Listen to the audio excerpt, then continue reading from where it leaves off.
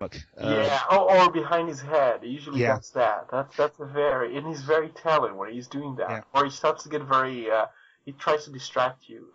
People have noticed this before. So he would do things like he would start laughing or trying to, that not the, a very non-genuine kind of mm. laughter and trying to kind of show It things was, and moving his hands around. He's doing that a lot, and he's very transparent. I think it's almost very infantile the way he behaves around. People try to. He's a smart person as a person who has certain knowledge, and he's been around for many years since the early mm, days of the company. But when it comes to working with people, I don't think he knows too well how to deal with PR. And obviously, a marketing person is going to jump up and down and do all kinds of and shout at the crowd because it's going to be taken out of context at the very least and will be very valuable.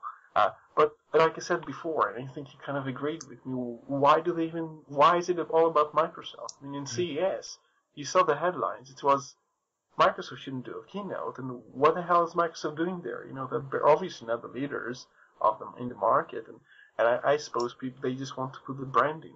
I would joke about say BBC Click. It should be spelled, they should spell Click with a QUE at the end, just because it's kind of like Microsoft's Click. yeah, it, Because Microsoft UK people, I know we haven't discussed this in any of the previous shows, but I have a very good listing of all the Microsoft UK employees who have moved to management positions in the BBC. And of course, it's really hard to see that once it has happened because I don't think they have a very detailed list at the side, in the site of people and their CVs or profiles and things like that, and exactly the structure of who came from where. But as they move between between Microsoft UK and the BBC, or vice versa, in some cases, you can actually see where they come from, where they go, and what they'll be assigned to do. So some of them will work in things like the iPlayer, which is notoriously Microsoft oriented, at least originally, before they were pressured so much that they had to make a Flash version out of it. It used to be just a Windows binary, and that's about it. Um, so, so here you have this company where BBC World Director or one of the managers is basically a former Microsoft employees. So they have the connections, at the very least, the phone numbers of former colleagues to talk to or to ask them, can you be at the show? And that creates a conflict of interest of some sort. well, I mean, what was surprising for me, and this is again my own view and my interpretation, but whenever I've seen Steve Ballmer in any sort of presentation that he's been given or any sort of talk he's been having, he's always been very firm. He's always been very direct, and the BBC Click interview was the first time that actually, dare I say it, he looked humble, he looked meek, especially when he was drawing back into himself with his hands against his chest. He didn't look like a man with a killer product. He looked like a man who was trying to move away from a subject which was very uncomfortable for him. That's my interpretation. Watch the video, it'll be linked on the show notes, and I'd love to hear your view on it. But that was just my take of a man who I always perceived to be a little bit like a used car salesman, very loud, very animated. So that was my judgment on him. Sorry, Roy, that was a little diversion. I'm sure you've got a story, so it's your turn next. So over to you for a story, and we'll see what we got. Yeah, I'm just scrolling up a bit. I'm seeing a story that's been discussed a lot recently. That's to do with WebM, or VP8, things to do with Google's codecs, and what they intend to do, not just in YouTube, which gradually is moving to WebM, and as far as I know, several months ago, they had already completed 80% of the transcoding of all the videos to their patents, patents-free format, or a format you don't have to license anything for. But what they do now, and that's the major news, is that Chrome is throwing away the MPEG, the MPEG-LA format. The codes, the actual codes, they tend to change all the time because what I should probably explain is that these companies, MPEG-LA, which is headed by a patent troll, by the way, it's a very nasty company. Don't touch MPEG if you can. Try to avoid that. It's a disgusting company.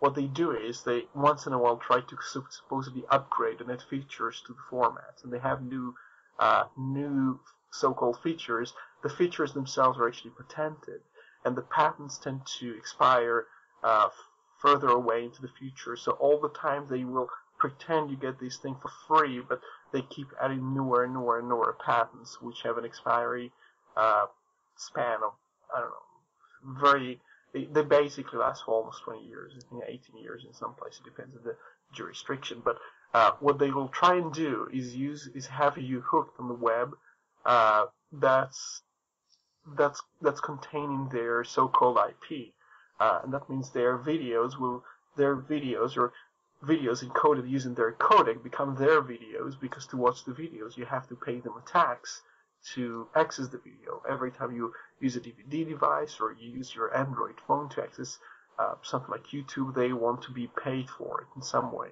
at the very least from device makers. What Google is trying to do is to cut this middleman, to say, well, we are a big company, we deliver lots of video, and we can afford to buy a company which makes a different codecs. We have control, as far as I know, of like 70+% of the internet's videos in terms of, I think, in terms of views. Last time I checked, YouTube was delivering an immense amount of the web's videos. And they say, well, we want to control the codecs. We don't really want to pay anyone tax to view the videos on our websites. And they remove the support for their competition from the browser.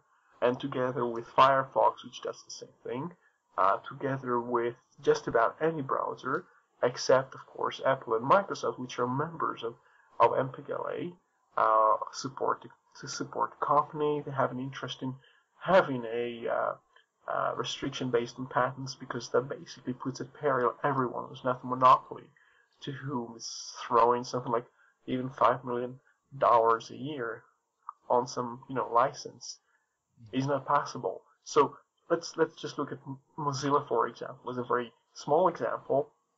If they have to pay, I think they would have to pay something like $5 million a year for just the license to have the MPEG thingy in their browser.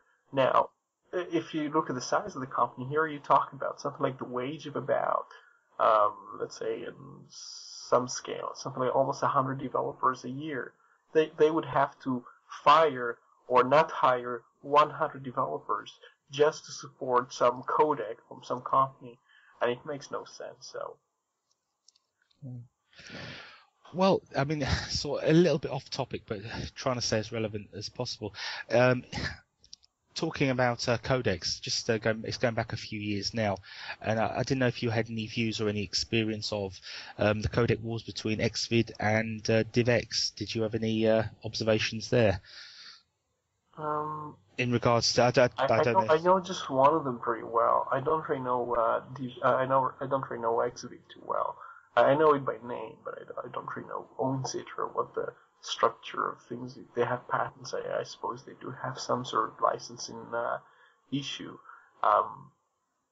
But even the DVD formats, I think just about all of them use something that's encumbered by patents, but it's mostly to do with the storage of the CD or the media, and a lot of the time they do use the very same codecs as I mentioned just now, and we need to try and change that. There is what's called royalty-free standards. There is what's called FRAND or RAND, and all kinds of euphemisms to kind of say, oh, it's fair and reasonable. Well, it's not fair and reasonable if you have to pay someone to watch your videos. So if you take some video or some family videos of your child, if you happen to press save and to choose the format of that company, you have to pay them a tax to watch your kid every time you do that. And that's a really dangerous thing. You don't really want to put yourself in a situation where you depend on some binaries, or you have to, even 20 years from now, you have to go to some company to have access to your data. It's better to have something that's free software and something you don't have to pay for. Well, I mean, I had very little any sort of involvement, just a passing interest at the time with the Xvid DivX wars. But what's one thing that was obvious, for those that don't know, Xvid and DivX, Xvid is DivX backwards if you take the word, but in its basics or loosest sense, DivX was was proprietary, and Xvid was free software, and developed, released under the GNU, so GPL, and it was a competitor to DivX. Now, if you look at a lot of the media online, and